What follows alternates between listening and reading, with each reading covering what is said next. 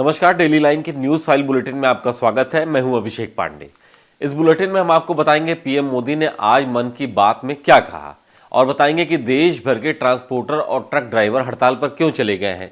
इसके साथ ही बताएंगे कि देश में कई राज्यों में मौसम विभाग ने कोहरे और शीतलहर को लेकर क्या अलर्ट जारी किया है। लेकिन उससे पहले एक नजर डालते हैं आज के हेडलाइंस पर। पीएम मोदी ने संबोधित किया मन की बात का 108वां एपिसोड। फिट इंडिया पर की चर्चा, नए साल समेत 5 राज्यों के चुनावी नतीजों और लोकसभा चुनाव पर की बात। बजरंग पुनिया के बाद अब विनेश फोगाट ने लौटाया अपना खेल रत्न अर्जुन अवार्ड। पीएमओ के बाहर कर्तव्य पथ पर छोड़े पुरस्कार।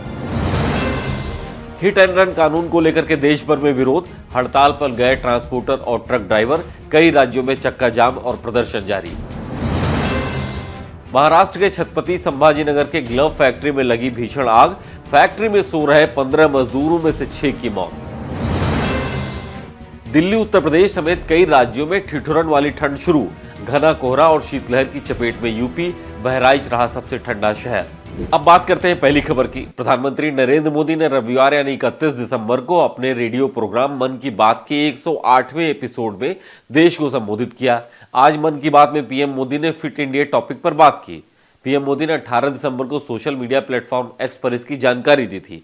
उन्होंने अपने पोस्ट में लिखा था कि फिट इंडिया एक ऐसा मुद्दा है जो हमारे युवाओं के दिल के करीब है।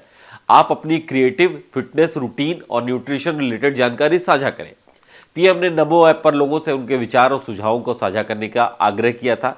इसके अलावा पीएम मोदी ने नए साल, 5 राज्यों के चुनावी नतीजों समेत संसद के तीनों क्रिमिनल कानून और लोकसभा चुनाव पर भी बात की है। अब बात करते हैं अगली खबर की। रेसलर विनेश फोगाट ने महिला पहलवानों को इंसाफ न मिलने पर अपना खेल रत्न और अर्जुन अवार्ड लौटा दिया है। वो प्रधानमंत्री कार्यालय जा रही थी, लेकिन पुलिस ने उन्हें रोक लिया, जिसके बाद उन्होंने अपना अवार्ड कर्तव्य पथ पर ही रख दिया। विनेश फोगाट 3 दिन पहले ही पीएम मोदी के नाम 2 पेज की चिट्ठी लिखकर अवार्ड वापस करने का ऐलान कर दिया था। आपको बता दें कि विनेश से पहले बजरंग पुनिया ने अपना पद्मश्री अवार्ड लौटा दिया था। वे इस अवार्ड को प्रधानमंत्री आवास के बाहर फुटपाथ पर रखकर चले आए थे। इससे पहले साक्षी मलिक ने कुश्ती से संन्यास लेने का ऐलान कर दिया था। उन्होंने डब्ल्यूएफआई की नई कार्यकारिणी में बृजभूषण के करीबी संजय सिंह के चुने जाने के बाद संन्यास का ऐलान किया था। अब बात करते हैं अगली खबर की। उत्तर प्रदेश के मुख्य सचिव आईएएस दुर्गा शंकर मिश्रा को तीसरी बार सेवा विस्तार मिला है। वे शुक्रवार को ही 3 दिवसीय दौरे के बाद दिल्ली से लखनऊ लौटे थे। इससे पहले उन्हें यूपी के मुख्य सचिव पर 2 बार सेवा विस्तार मिल चुका है। किसी भी राज्य सरकार के मुख्य सचिव को तीसरी बार सेवा विस्तार मिलने का यह पहला मामला बताया जा रहा है। फिलहाल दुर्गा शंकर मिश्रा बेहद आत्मविश्वास के साथ all India chief secretary conference खत्म कर लखनऊ लौटे थे।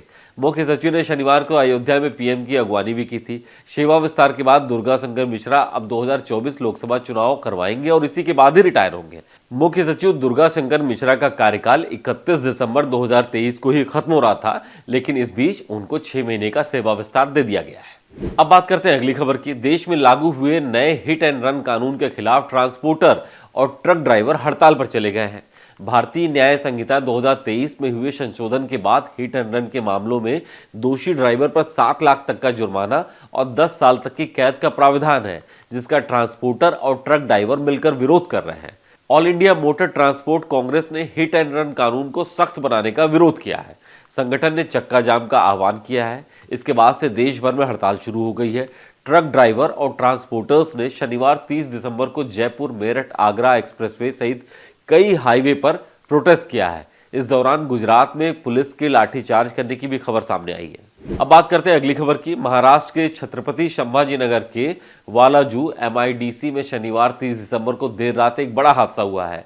यहां पर एक हैंड ग्लव बनाने वाली फैक्ट्री में भीषण आग लग गई, जिससे 6 लोगों की जलकर ही मौत हो गई। वहीं आग की सूचना पर पहुंची दमकल ने घंटों की कड़ी मशक्कत के बाद आग पर काबू पाया। जानकारी के मुताबिक रात करीबन 2 बजे फैक्ट्री में लगी। इस दौरान फैक्ट्री के अंदर काम करने वाले 10 से 15 वर्कर्स सो रहे थे। आग लगने के बाद कुछ वर्कर्स तो बाहर निकलने में कामयाब रहे, लेकिन 6 मजदूर अंदर ही फंस गए, जिनकी जलकर मौत हो गई। बचाव कर्मियों ने फैक्ट्री से 6 शवों को बरामद किया है। वहीं अभी आग लगने के कारणों का पता नहीं चल पाया है। अब बात करते हैं अगली खबर की। दिल्ली, उत्तर प्रदेश समेत देश के कई राज्यों में ठिठुरन वाली ठंड शुरू हो गई है। बीते 2 दिनों से कई राज्य घने कोहरे और शीतलहर की चपेट में भी हैं। वहीं मौसम विभाग के मुताबिक अभी कई दिनों तक ठंड से राहत नहीं मिलने जा रही है। इस दौरान उत्तर प्रदेश में घना कोहरा छाया रहेगा। इसके साथ ही बारिश भी होने की संभावना है। आपको बता दें कि शनिवार को राजधानी लखनऊ का अधिकतम तापमान करीबन 60 डिग्री सेल्सियस गिर करके 14 डिग्री तक पहुंच गया था। न्यूनतम पारा भी गिरावट के साथ 9.2 डिग्री सेल्सियस रिकॉर्ड किया गया। वहीं उत्तर प्रदेश का बहराइच सबसे अधिक ठंडा रहा। यहां न्यूनतम तापमान 6.8 डिग्री सेल्सियस रहा, जबकि लखीमपुर 8.1 डिग्री सेल्सियस रहा। माना जा रहा है कि आने वाले समय में पारा और भी गिर सकता है। आज के इस डेली लाइन बुलेटिन में सिर्फ इतना ही। देश और दुनिया की तमाम खबरों पर नजर बनाए रखने के लिए आप देखते रहिए डेली लाइन।